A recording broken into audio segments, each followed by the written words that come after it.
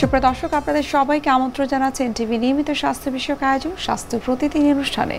আপনাদের সাথে রয়েছে আমি পুষ্টিবিদ নুসরাত জাহান দীপা। দর্শক, আমরা তো নিশ্চয়ই সবাই জানি যে আমাদের স্বাস্থ্য প্রতিদিন অনুষ্ঠানে আমরা সবসময় চেষ্টা করে থাকি স্বাস্থ্য বিষয়ক বিভিন্ন ধরনের বিষয়, তার চিকিৎসা পদ্ধতি এবং লাইফস্টাইল মডিফিকেশন এক্ষেত্রে কতটুকু গুরুত্বপূর্ণ সেই বিষয়গুলো কিন্তু আমাদের আলোচনার মধ্যে থাকে। এবং সেই সাথে আমরা কিন্তু চেষ্টা করি ত্বকের বিভিন্ন সমস্যা নিয়েও কথা বলতে এবং তার চিকিৎসা কি হতে পারে। সুপ্রিয় দর্শক, আমাদের আজকের আলোচ্য বিষয় হচ্ছে অ্যান্টি এজিংয়ে আধুনিক চিকিৎসা কী, এবং এই বিষয়টি নিয়ে কথা বলার জন্য আজ আমাদের সঙ্গে স্টুডিওতে উপস্থিত রয়েছেন একজন বিশেষজ্ঞ চিকিৎসক। আলোচনা শুরু করব, তবে তার আগে আমরা পরিচিত হয়ে নিচ্ছি আমাদের সেই অতিথির সঙ্গে। ডক্টর তাওহিদা রহমান ইরিন 1978 সালের নভেম্বর মাসে গাইবান্ধা জেলায় জন্মগ্রহণ করেন। তিনি 2003 সালে ময়মনসিংহ মেডিকেল কলেজ থেকে MBBS ডিগ্রি অর্জন করেন। এরপর তিনি চিকিৎসা বিজ্ঞানে উচ্চতর ডিপ্লোমা ডিগ্রি লাভ করেন। বর্তমানে তিনি রিজুভা ওয়েলনেসের ডার্মাটোলজিস্ট এবং ফাউন্ডার হিসেবে রয়েছেন। আপনাকে স্বাগত আমাদের আজকের অনুষ্ঠানে। আপনাকে অসংখ্য ধন্যবাদ। ত্বক তো এমন একটা আমাদের শরীরের বিশেষ একটা অংশ যেটিকে আমরা সবাই ভালোবাসি এবং যত্ন নেওয়ার চেষ্টা করি, এবং অনেক ক্ষেত্রে কিন্তু আমরা দেখা যায় যে বুঝতে পারি না যে কী ধরনের যত্ন করে ত্বকটা ভালো থাকবে। তো আপনার কাছে একটু এখন জানতে চাই যে ত্বকের তো বিভিন্ন ধরনের ট্রিটমেন্ট রয়েছে, অ্যান্টি এজিং ট্রিটমেন্ট সম্পর্কে আসলে আপনার অভিমতটা কি? অ্যান্টি এইজিং হলো যে এজিং গ্রেসফুলি, আর এর সাথে তো আমাদের মানে পরিবর্তন আসে, চেঞ্জেস আসে, সেটা আমাদের ইন্টারনালি, এক্সটার্নালি এবং এক্সটার্নালিতে যেটা আসে সেটা আমাদের স্কিন এবং হেয়ারে আসে। সে কারণে আমরা বলি যে ageing gracefully but embracing smart solution. আচ্ছা, মানে আমরা চেঞ্জগুলোকে অ্যাভয়েড করব না। আর আমাদের গোল হচ্ছে একজন অ্যাস্থেটিক ডার্মাটোলজিস্ট হিসেবে যে helping people look and feel their best with effective management and anti ageing solution. আচ্ছা, তো খুব চমৎকার করে আপনি বললেন, এটা তো আমাদের একটা ন্যাচারাল একটা প্রসেস, এটাকে তো আমরা ইগনোর করতে পারবো না, অ্যাভয়েড করতে পারবো না। বাট যেমনটা আপনারা ডার্মাটোলজিস্টরা বলে থাকেন যে কেন আমার মুখে কবে রিঙ্কেলস পড়বে, আমার ফাইন লাইন্স পড়বে, সেটার জন্য আমি ওয়েট করবো, দেন আমি আমার ট্রিটমেন্ট শুরু করবো। এই ক্ষেত্রে আপনার কাছে একটু জানতে চাই যে অ্যান্টি এজিং প্রসেসের ক্ষেত্রে বা ট্রিটমেন্টের জন্য আসলে আপনারা কী কী করে থাকেন বা কী কী ট্রিটমেন্ট রয়েছে এটার জন্য? সময়ের পরিবর্তনের সাথে মানুষের প্রয়োজনে এবং ডিমান্ড অনুযায়ী অনেক ধরনের অ্যাস্থেটিক ট্রিটমেন্টের অপশন আছে, এবং সেগুলোকে আমরা কাস্টমাইজড করি পেশেন্টের কনসার্ন অনুযায়ী এবং তাদেরকে অ্যানালাইসিস করে তাদের গোল অনুযায়ী। এবং এটি একটা হয় কি যে ডক্টর পেশেন্ট রিলেশনশিপ, এবং তারপরে আমরা একটা ডিসিশনে চলে আসি। তো সলিউশনগুলোর মধ্যে যে ট্রিটমেন্ট অপশনগুলো আছে, কখনো আমরা এগুলো একটি ট্রিটমেন্টে ইমপ্লিমেন্ট করি, আবার কখনো কম্বিনেশন ট্রিটমেন্ট, সব কিছুই কনসার্ন অনুযায়ী। আর ট্রিটমেন্ট অপশনের মাঝে কিছু আছে ইনভ্যাসিভ, কিছু নন ইনভ্যাসিভ। নন ইনভ্যাসিভ হচ্ছে নন ইনজেক্টেবল, আর ইনভ্যাসিভ হচ্ছে ইনজেক্টেবল। তো ইনজেক্টেবলের মাঝে আমাদের এখন botox, filler, exosome therapy, platelet rich plasma এবং সেই সাথে স্কিন বুস্টার, আর থ্রেড লিফটও আছে। আর নন ইনজেক্টেবলে যদি আসি, সেখানে আমাদের ফেশিয়াল কিন্তু এখন মেশিন, ডিভাইস এবং সলিউশন ওরিয়েন্টেড। সেক্ষেত্রে হাই ইন্টেন্সিটি ফোকাসড আল্ট্রাসাউন্ড, যেটাকে আমরা আল্ট্রাসাউন্ড ফেশিয়াল বলে থাকি, লেজারের মাধ্যমে ফটো ফেশিয়াল, আমরা বিভিন্ন ধরনের কেমিক্যাল সলিউশনের মাধ্যমে কেমিক্যাল পিল করে থাকি, এবং ডিভাইস দিয়ে আমরা ডুও ফেশিয়াল, মাইক্রোডার্মাব্রেশন এই ধরনের ট্রিটমেন্টগুলো করে থাকি। আচ্ছা, সো অ্যান্টি এজিং ট্রিটমেন্টের ক্ষেত্রে বা এই প্রসেসগুলোর ক্ষেত্রে আপনি অনেকগুলো ট্রিটমেন্ট প্রসিডিউরের কথা বললেন। এক কথায় আমি যদি জানতে চাই, আমরা বিস্তারিত আলোচনা করব, তবে এক কথায় আপনার কাছে একটু জানতে চাই যে এই ধরনের ট্রিটমেন্টের কি কোনো পার্শ্ব প্রতিক্রিয়া আছে কিনা? ট্রিটমেন্টের ক্ষেত্রে আমি তিনটি জিনিস সবসময় ফোকাস করি, যে আমাদের দর্শক বা আমাদের পেশেন্টরা যখন চুজ করবেন স্কিল প্রফেশনাল, আর যে জায়গার প্রতিষ্ঠানে যাচ্ছেন সেটি কতখানি অথেন্টিক। কারণ প্রতিষ্ঠানটি অথেন্টিক হলেই সেখানে এনভায়রনমেন্টাল থাকবে স্টেরিলাইজড, এবং সেখানকার ইকুইপমেন্ট যেগুলো থাকবে সেগুলো ওয়েল ইকুইপড, অর্থাৎ টেকনোলজি অবশ্যই এখন আমরা হাইটেক ব্যবহার করি। আর সেই সাথে আমাদের টিম, কখনো একটি ওয়েল অর্গানাইজড টিম ছাড়া আমরা এই ধরনের পেশেন্টের যে এক্সপেক্ট করে সে ধরনের সার্ভিস আমরা কখনোই কিন্তু প্রোভাইড করতে পারবো না, এবং এটি একটি ওয়েলনেসের একটি পার্ট। আর ট্রিটমেন্টের যতগুলো অপশন আমি বলেছি, এর মধ্যে তো কিছু আছে হাইপড, ডিমান্ড, এবং কিছু আছে যে আমরা পেশেন্টের প্রয়োজন অনুযায়ী তাদেরকে সেটিকে আমরা ইমপ্লিমেন্ট করে থাকি।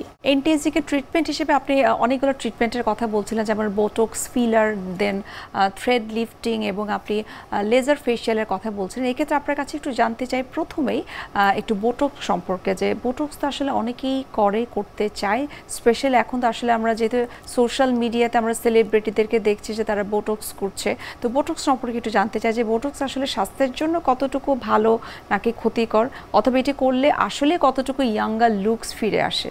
বোটক্সে থাকে পিউরিফাইড প্রোটিন, যদিও এর নাম হচ্ছে বোটুলিনাম টক্সিন। টক্সিন শুনে একটু আতঙ্ক হতে পারে, কিন্তু এটি একেবারেই পিউরিফাইড প্রোটিন এবং হার্মলেস। আর এটি কিভাবে কাজ করে? এটি টার্গেট করে হচ্ছে মাসেল অফ এক্সপ্রেশনে। আমরা যখন এক্সপ্রেশন করি, যে কন্ট্রাকশনের ফলেই কিন্তু wrinkle, fine wrinkle, dynamic wrinkle এবং স্ট্যাটিক রিঙ্কেল এগুলো হওয়ার সম্ভাবনা হয়। তখন বোটক্স করে কি, যে নার্ভগুলো সিগন্যাল পাঠিয়ে এই কন্ট্রাকশন ঘটায় সেগুলোকে ব্লক করে। এর ফলে এগুলো রিল্যাক্স হয়, মাসেলগুলো রিল্যাক্স হয়, পার্শিয়ালি প্যারালাইজড হয়, ফুলি প্যারালাইজড না। এই প্যারালাইসিস, এই শব্দটি নিয়েও কিন্তু অনেকের মাঝে কিছুটা আতঙ্ক থাকে। আমি সেটিকে অ্যাসিওর করছি এটি একেবারেই সেফ যদি আপনার প্রফেশনাল স্কিলড হন। আচ্ছা। আর রিঙ্কেলের ব্যাপারে যখন বলছি, কিছু কিছু জায়গায় রিঙ্কেলগুলো একটু প্রমিনেন্ট হয়, যেটি আমাদের পেশেন্টদের কাছে একটু অ্যালার্মিং বা ওয়ার্নিং বা ডিসকমফোর্ট ফিল করে। দুটো ভুরুর মাঝে, যেটাকে 11 লাইন বলি, চোখের পাশে আমরা এটাকে ক্রসফিট বলে থাকি।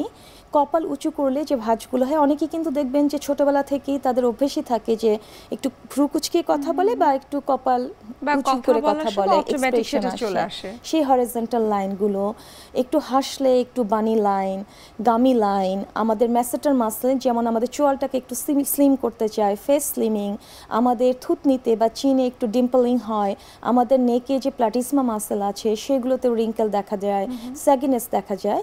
এগুলোর কারেকশনের জন্য একটি চমৎকার সলিউশন হচ্ছে বোটক্স, এবং রেজাল্ট খুবই ইনস্ট্যান্ট রেজাল্ট আসে। 4 ঘন্টা থেকে 7 দিনের মধ্যেই এর ম্যাক্সিমাম রেজাল্ট চলে আসে।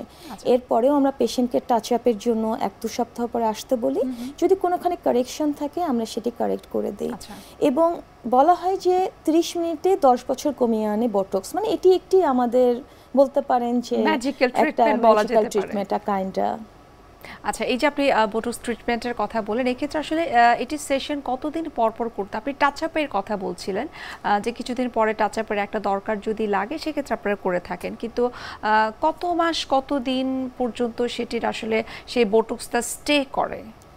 বোটক্সের লংজিভিটি আমরা 4 থেকে 6 মাস বলে থাকি, কিন্তু পেশেন্ট যদি ডিহাইড্রেটেড থাকে, হাইড্রেশন মেনটেন না করে, বোটক্সের কোয়ালিটি এবং বোটক্স যে টেম্পারেচারে মেনটেন করা হয় এবং প্রফেশনাল আপনার ইনজেক্টর যদি ইউনিট বুঝে না করেন, তাহলে তো লংজিভিটিটা আরও কমে আসে এবং অনেক সময় ফেশিয়াল ডিফর্মিটিও হয়ে যায়। দেখা যায় যে অ্যাসিমেট্রি হয়ে যায়, মানে বোটক্সটা এত সুন্দরভাবে সূক্ষ্মভাবে ইউনিটটা নির্বাচন করতে হয়, ফেসটাকে অ্যানালাইসিস করে, ফেস ম্যাপিং আছে, ফেস ডায়ামিটার আছে, এভাবে আমরা অ্যানালাইসিস করে আমরা ডাইলিউট করে তারপরে এটা করে থাকি। আর শুধু তাই নয়, আইব্রাউ লিফটিং, আমাদের নোজ শেপিং, আমাদের ফেস স্লিমিং এবং ইনস্ট্যান্ট গ্লো কিন্তু নিয়ে আসে এই বোটক্স ট্রিটমেন্ট। আচ্ছা, তার মানে বোটক্স শুধুমাত্র যে ইয়াঙ্গার লুকস দেয় তা কিন্তু নয়, সব কিছু মিলে আমরা যদি বলি ওভারঅল, আপনি গ্লোর কথা আপনি বললেন, একটা ইয়াঙ্গার লুকস নিয়ে আসে, সেই সাথে স্কিনটাকে খুব ফ্রেশ লাগে। আরও কিছু ট্রিটমেন্ট রয়েছে, যেমন আপনি ফিলারের কথাও বলছিলেন, এখন অনেকে ফিলার করে থাকে, বিশেষ করে এখন কোরিয়ান ফিলার, যেটা চীন ফিলার, সেটা অনেকেই করে থাকে। বিশেষ করে টিভি মিডিয়াতে যারা কাজ করে তাদেরকে দেখি কিন্তু যারা আসলে জনসাধারণ আমাদের মতো, তারা খুব চায় যে আমরা সেলিব্রিটিদের মতো একটা লুক ক্রিয়েট করতে। একটু ফিলার সম্পর্কে জানবো আপনার কাছে। ফিলার হচ্ছে ভলিউম কারেক্টর। আমাদের বয়সের সাথে আমাদের স্কিনের ডেন্সিটি কমে যায়, আমাদের ফ্যাট, মাসেল, বোনস, এবং এগুলো যখন কমতে থাকে তখন একটা গ্র্যাভিটির প্রেসারে ডাউনওয়ার্ডস পুলিং হয়, তখন এই ভলিউম লসগুলো হয়ে থাকে। কি দেখা দেয়? আমাদের চোখের নিচে সানকেন আই, আমাদের চিক ড্রুপিং হয়ে যায়, আমাদের জ লাইনটার শার্পনেসটা থাকে না। আপনি একটু আগে যেটা বললেন যে আমরা চিনটাকে অগমেন্ট করতে চাই, সেটিও কমে আসে, লিপ শ্রিঙ্ক হয়ে যায়, স্মাইল লাইন দেখা দেয়। তো এই যে হারিয়ে যাওয়া ভলিউম, এটিকে রিস্টোর করে হচ্ছে ফিলার, এবং ফিলারে থাকে স্টেরাইল হাইলোনিক অ্যাসিড। আচ্ছা, যেটি লংজিভিটি আমরা বলি যে 6 মাস, 1 বছর বা 1.5 বছর। এটিও কিন্তু ডিপেন্ড করে হাইড্রেশনের উপরে এবং আপনার প্রফেশনালের স্কিল কতখানি এবং আপনার ফিলারের কোয়ালিটি। আর সেলিব্রিটি লুকের কথা যেটি বলছেন যে হ্যাঁ, এটা আমাদের কাছে আসে যে একজন সেলিব্রিটির ছবি নিয়ে এসে বলেন যে আমাকে ঠিক এরকম করে দেন, আমার চিনটা ঠিক এরকমই হতে হবে। তো এক এক সেলিব্রিটির এক এক রকম ফেসের কিন্তু স্ট্রাকচার থাকে, বোনসের স্ট্রাকচার থাকে, ভি শেপ থাকে, কারো ডায়মন্ড শেপ থাকে, ওভাল থাকতে পারে। তো আমরা সেক্ষেত্রে তাকে কাউন্সেলিং করি তার ফেসের সাথে যে যে ধরনের ফিলার যেই জায়গায় দরকার, তার যেখানে ভলিউম রেস্টোরের জন্য দরকার, সেভাবেই আমরা তাকে কাউন্সেলিং এর মাধ্যমে অ্যাসিওর করে আমরা ইমপ্লিমেন্ট করে থাকি। আচ্ছা, আপনার কাছে একটু জানতে চাই আরও একটু ফিলার সম্পর্কে। যেমন যারা ফিলার করছে, অনেকের ধারণা যে একবার ফিলার করলে সেটা বারবার করতে হবে, সেই চিন্তা করে অনেকে করতেই চায় না।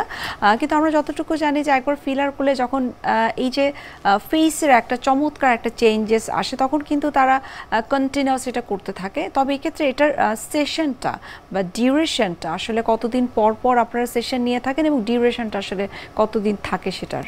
ফিলারের লংজিভিটি 1 থেকে 1.5 বছরের মতো থাকে। এটা ডিপেন্ড করে অবশ্যই তার কোয়ালিটির উপরে, আর অনেক সময় এক এক স্থানের উপর এটা নির্ভর করে।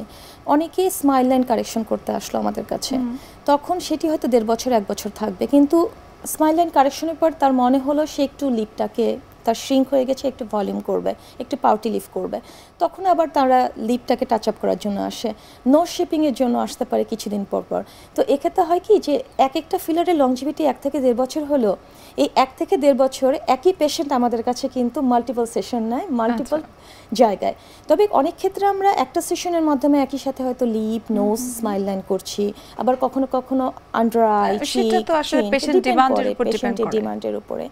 আর যেটি হয় যে ওভার ফিলিং, অনেকে এত বেশি এটাকে নিয়ে যে থাকে যে তাদেরকে ভলিউমটাকে আরও এনহ্যান্স করতে চায়, তখন তারা বারবার আমাদের কাছে আসে। এবং অনেক ক্ষেত্রে যারা এক্সপার্ট হন না, তারা দেখা যায় কি এই ওভারফিলিং করছে, এবং পেশেন্টের কিন্তু সেক্ষেত্রে এই যে আপনার একটা সুন্দর স্ট্রাকচার, অ্যাস্থেটিকের পারপাস কি আমাদের হচ্ছে বিউটিটাকে এনহ্যান্স করা, সেখানে কিন্তু ঠিক একটা অপোজিট রেজাল্ট নিয়ে আসে। এবং আমরা যদি স্টেরিলাইজেশন মেনটেন না করি, অনেক ক্ষেত্রে ফিলার ইমপ্লিমেন্ট করার সময় ইনফেকশন হতে পারে, এবং সেক্ষেত্রে ইনফেকশন হয়ে ফিলারের স্ট্রাকচার তো নষ্টই হয়ে যায়, সেই সাথে সফট টিস্যু ইনফেকশন, এবং পেশেন্ট অনেক দিন ধরে সাফার করে। এবং ফেস তো খুব একটা সফিস্টিকেটেড জায়গা, খুব ডেলিকেট, দেখা যায় কি এই সফট টিস্যু ইনফেকশনটা সে হয়তো চিনে করেছে, এটা আমি পার্সোনাল এক্সপিরিয়েন্স থেকে বলেছি, তার ইনফেকশনটা স্প্রেড হয়ে হয়তো চিন পর্যন্ত গিয়েছে। আচ্ছা, এবং এটা খুব হতাশাজনক এবং দুঃখজনক। আচ্ছা, এই বিষয়টা আমরা আরেকটু বিস্তারিত জানবো, কেননা ফিলার নিয়ে কিন্তু অনেক ধরনের আসলে আমরা অনেক ইনসিডেন্টের কথা আমরা শুনেছি, অনেক মিসকনসেপশনও রয়েছে। তবে আরও বিস্তারিত জানবো আমরা এখন একটু দেখে নিচ্ছি আমাদের স্বাস্থ্য প্রতিদিনের নিয়মিত আয়োজন কি খাবেন কেন খাবেন এই সেগমেন্টটি। সুপ্রিয় দর্শক, আপনারা দেখছেন স্বাস্থ্য প্রতিদিন অনুষ্ঠানটি। এ পর্যায়ে আমরা দেখে নিচ্ছি বিভিন্ন খাদ্যের পুষ্টি গুণাগুণ নিয়ে আমাদের পুষ্টিবিদের পরামর্শ। সাধারণত দেখা যায় যে রমজান মাসে অনেকের অনেক ধরনের সমস্যা হয়, যেমন স্কিনের সমস্যা, তারপরে ক্লান্তি ভাব, এবং কোনো কাজ করতে ইচ্ছা করে না, অনেক ধরনের সমস্যা হয়ে থাকে। তো সেক্ষেত্রে আপনি অবশ্যই এই সময় দেশীয় ফল খাওয়ার চেষ্টা করবেন। তো অনেকে আছেন যে বিদেশি ফল খেতে পছন্দ করেন বা বিভিন্ন সুপার শপে যে বিদেশি ফল কিনেন, তো সেক্ষেত্রে বলবো যে আমরা যে দেশের মাটির মানুষ সে দেশের ফল বেশি উপকারী। যেমন মৌসুমি ফল মৌসুমের জন্যই উপকারী, যেমন যখন ঠান্ডা কাশি সর্দি থাকে তখন বেশি পরিমাণে কমলা লেবু পাওয়া যায়, কমলা লেবু তখনকার জন্য উপকারী। আর এখন বর্তমানে গরমের সিজন, তো আপনি যদি এই মুহূর্তে তরমুজ খান তাহলে সেটা কিন্তু হেলথের ক্ষেত্রে অনেক উপকার হবে, কারণ তরমুজে আছে প্রচুর পরিমাণে হাই ফাইবার, এবং এর মধ্যে যে জলীয় যে উপাদানটা আছে সেটা কিন্তু হেলথের ক্ষেত্রে অনেক উপকারী। কারণ রমজান মাসে রোজা রাখতে রাখতে শরীর ডিহাইড্রেটেড হয়ে যায় এবং অনেকের ক্লান্তি ভাব শুরু হয়। সেই ক্লান্তি ভাব দূর করার ক্ষেত্রে তরমুজ একটা খুব প্রিয় এবং সুস্বাদু এক ধরনের ফল, যার মধ্যে আছে প্রয়োজনীয় পরিমাণে ভিটামিনস ও মিনারেলস, যা হেলথের ক্ষেত্রে উপকারী এবং যাদের কনস্টিপেশনের প্রবলেম আছে সেই কনস্টিপেশনের প্রবলেম দূর করতে সাহায্য করে। তার পাশাপাশি আপনি চাইলে যারা তরমুজ বা যে কোনো প্রকারের ফল ডিরেক্ট খেতে চান না বা পছন্দ করেন না, তারা কিন্তু শরবতের সাথে মিশিয়ে খেতে পারেন, যেমন শরবত হিসাবে খেতে পারেন। সেই ফল যখন শরবত হিসাবে খাবেন সেটার পুষ্টিগুণ আরও বেশি বেড়ে যাবে। এবং অনেকেই ফলের শরবতের মধ্যে অনেক কিছু দিয়ে থাকেন, যেমন লাল চিনি দিয়ে থাকেন। যাদেরকে চিনি আমি অ্যাভয়েড করতে বলি তারা চাইলে তাল মিশ্রি ব্যবহার করতে পারেন। এবং অনেকে আছেন মধু দিয়েও ফলের শরবত খেতে পছন্দ করেন। তো মধুর মধ্যে যে জিঙ্কের উপাদান আছে সেটা রোগ প্রতিরোধ ক্ষমতা বাড়ায় এবং সর্দি কাশি ঠান্ডা সারাতেও মধু বেশ উপকারী। তো আপনি চাইলে যে কোনো ফলের শরবতের সাথে মধু মিশিয়ে তারপরে খেতে পারেন। এক্ষেত্রে এটা বেশ উপকারী হবে। আর অনেক সময় যাদের ডায়াবেটিস আছে, যাদের ব্লাড কোলেস্ট্রল যাদের বেশি, তারা টক জাতীয় ফল খাবেন, এতে করে ব্লাড কোলেস্ট্রলের মাত্রা নিয়ন্ত্রণে আসবে। যাদের ডায়াবেটিস আছে তাদের অনেক সময় যেটা দেখা যায় যে অনেক ধরনের অনেক সমস্যা থাকে বা কমপ্লিকেশনস থাকে, তো ব্লাড সুগার নিয়ন্ত্রণেও সাহায্য করে টক জাতীয় ফল বা হাই ফাইবার জাতীয় খাবার। তো সেক্ষেত্রে ফলমূল অনেক উপকারী, যেমন মালটা রাখতে পারেন, তারপর আপনি চাইলে একটু পেয়ারা রাখতে পারেন, অ্যাপেল রাখতে পারেন, যেটা দেশীয় ফল, বিশেষ করে পেয়ারা। এর মধ্যে যেমন লৌহ যে উপাদানটা আছে সেটা কিন্তু অনেক সময় দেখা যায় যে অনেকের হিমোগ্লোবিনের মাত্রা কমে যায়, তার ক্ষেত্রে অনেক উপকারী। তো রমজান মাসে অবশ্যই এটা রাখার চেষ্টা করবেন এবং স্কিনকে অনেক বেশি সুন্দর করতে সাহায্য করে ফলমূল। তো অবশ্যই ফলমূল রাখবেন এবং শরবত রাখার চেষ্টা করবেন। অনেকে আছেন যাদের কিনা মুখে রুচি নেই, তো মুখে রুচি বৃদ্ধিতেও সাহায্য করে যে কোনো ফলের শরবত। আর বিশেষ করে ছোট বাচ্চাদের ক্ষেত্রে শিশুদেরকে যখন 1 বছর বয়স হবে, 1 বছর থেকে আপনি তাদেরকে বিভিন্ন রকমের ফলের সাথে পরিচয় করে দেবেন। তো শিশুরা সাধারণত কালারফুল ফল খুব পছন্দ করে বা কালারফুল যে কোনো কিছু দেখতে পছন্দ করে। তো অনেক সময় হয় যে ফলমূল তারা খেতে চায় না, সেক্ষেত্রে ফলের রস করে বা ফলের শরবত করে যদি আপনি আপনার শিশুকে দেন, তাহলে সে অবশ্যই ইন্টারেস্ট ফিল করে খাবে এবং প্রপার নিউট্রিশনটাও পেয়ে যাবে। আর আপনারা যারা রোজা রাখছেন তারা অবশ্যই রেগুলার ইফতারে ফলমূল রাখার চেষ্টা করবেন, ফলের শরবত রাখার চেষ্টা করবেন। এতে করে স্কিন ভালো থাকার পাশাপাশি রমজান মাসের যে ক্লান্তি ভাবটা শুরু হয় সেই ক্লান্তি ভাব দূর করতে সাহায্য করবে ফল বা ফলের শরবত। আমরা ফিলা নিয়ে অনেক বিস্তারিত আপনার কাছে জেনেছি। এখন একটু জানতে চাই যে অনেক সময় অনেক পেশেন্টরা বা ক্লায়েন্টরা আপনাদের কাছে ডিমান্ড করে থাকে যে আমি একটু ফিলারটাকে বেশি করতে চাই বা খুব এক্সেসিভ ওয়েতে তাদের ফিলারের এক্সপেকটেশনটা থাকে, সেক্ষেত্রে নিশ্চয়ই আপনারা কাউন্সিলিং করে থাকেন, কিন্তু তারপরও কিন্তু ক্লায়েন্টরা বুঝতে চায় না। তো সেক্ষেত্রে আসলে যদি কারোর ক্ষেত্রে ফিলারের পরিমাণটা বেশি হয়ে যায়, সেটাকে আসলে রিমুভ করার কোনো ওয়ে আছে কিনা? ফিলার আমাদের কাছে এরকম পেশেন্টও আসে যারা ওভার ফিলিং করতে চায় এবং অনেক সময় অন্য জায়গা থেকে বেশি ফিলার ইনডিউস করে এসে আছেন, তখন আমরা ওটাকে নিউট্রালাইজ করি, হাইড্রোলাইজ দিয়ে ওটাকে নিউট্রালাইজ করে তাকে একটা সুন্দর স্ট্রাকচার প্রোভাইড করার চেষ্টা করি। আর এখন ফিলারের অল্টারনেটিভ আছে, কারণ যারা একটু খুব জেন্টাল অ্যাপ্রোচ, খুব ন্যাচারাল লুক চায়, তাদের জন্য আমরা এক্সোজোম থেরাপি এবং স্কিন বুস্টার এই দুটো ট্রিটমেন্টই সাজেস্ট বা প্রোভাইড করে থাকি। আচ্ছা, খুব চমৎকার বলেছেন। অনেক বিস্তারিত জানলাম আমরা অ্যান্টি এজিংয়ের ট্রিটমেন্ট নিয়ে এবং কি কি প্রসেসের মাধ্যমে আপনারা আসলে এই এজিংটাকে ডিলে করে থাকেন, এবং আপনি বারবার একটা কথাই বলছিলেন যে এক্সপার্ট কোনো ডার্মাটোলজিস্টের কাছে যেন এই ধরনের ট্রিটমেন্ট করা হয়। অসংখ্য ধন্যবাদ এত গুরুত্বপূর্ণ কিছু তথ্য দেওয়ার জন্য এবং শুভকামনা এনটিভির পক্ষ থেকে। আপনাকে অসংখ্য ধন্যবাদ এনটিভির দর্শক। সুপ্রিয় দর্শক, এতক্ষণ আপনারা দেখছিলেন এনটিভি নিয়মিত স্বাস্থ্য বিষয়ক আয়োজন স্বাস্থ্য প্রতিদিন অনুষ্ঠানটি। এ পর্যায়ে আমরা দেখে নিচ্ছি আমাদের আগামী পর্বে কি থাকছে। চোখে ড্রপ দেওয়ার পরে গলায় যায়, অনেকেই মনে করে যে রোজা ভেঙে যাবে কিনা, যেহেতু চোখে ড্রপ দেওয়ার পরে গলায় যায়, অনেক ড্রপ আছে যে তেতা লাগে এবং সেটা ফিল করতে পারে, তো সে মনে করে যে গলার ভিতরে চলে গেছে একটা তরল, সেটা তো খাবারের মতো অনেকটা, তাহলে তো নিশ্চয়ই একটা রোজা ভঙ্গ হবে। জিনিসটা এরকম না। এটা চোখের ড্রপটা আপনি যে কোনো সময় দেন, এটাতে রোজা ভঙ্গের কোনো কারণ নাই। কারণ রোজা ভঙ্গের কারণ হলো আমরা জানি যে কোনো খাবার যদি আমরা গ্রহণ করি। বিশ্বের যে কোনো প্রান্ত থেকে যে কোনো সময় এনটিভির জনপ্রিয় অনুষ্ঠান স্বাস্থ্য প্রতিদিন দেখতে আপনারা ভিজিট করতে পারেন আমাদের পূর্ণাঙ্গ পোর্টাল www.ntvbd.com এ। এছাড়াও এনটিভির বিভিন্ন ধরনের জনপ্রিয় অনুষ্ঠান, সেই সাথে আমাদের নিউজ আপডেট পেতে আপনারা ভিজিট করতে পারেন আমাদের ইউটিউব চ্যানেল এবং ভেরিফাইড ফেসবুক পেজে। সুপ্রিয় দর্শক, আজ এখানে শেষ করতে হচ্ছে। দেখা হবে আবার আপনাদের সঙ্গে। সে পর্যন্ত আপনারা সবাই ভালো থাকুন, সুস্থ থাকুন এবং সব সময় এনটিভির সঙ্গেই থাকুন।